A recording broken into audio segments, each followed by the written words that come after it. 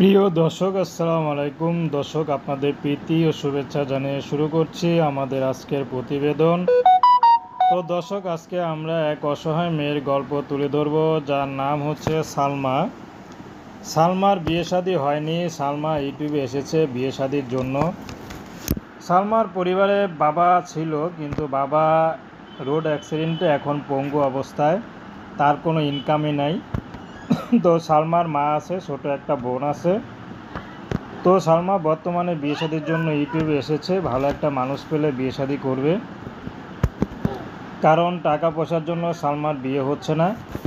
তো সালমাকে যদি কেউ ভালোবাসে, কি আপন করে নিতে পারে, সেই মানুষটি যেমনই হোক, সালমা তাকে বিয়ে শাদী করবে। সে যদি গ্রামেও থাকে বা শহরও থাকে, তারপরও সালমা বিয়ে করতে রাজি আছে।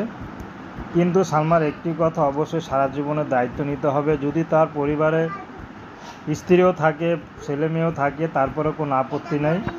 এর মতো অনেক পুরুষ থাকে যার নাকি স্ত্রী নেই, কিন্তু ছেলে সন্তান আছে, তাদেরকে মানুষ করার মতো মানুষ দরকার, লোক দরকার। যদি সালমাকে সে কারণেও বিয়ে করে, সালমা অবশ্যই তাদেরকে লালন পালন করে বড় করে তুলবে। তো দর্শক, এ ছিল সালমার জীবনের সংক্ষিপ্ত জীবন কাহিনী। তো প্রেম, ভালোবাসা, সাহায্য, সহযোগিতা, বিয়ে শাদী করা একান্ত আপনাদের ব্যক্তিগত ব্যাপার। আসুন আমরা ৫ ওয়াক্ত নামাজ পড়ি, সর্বদা দেশের সেবা করি। আসসালামু আলাইকুম ওয়া রাহমাতুল্লাহি ওয়া বারাকাতুহু।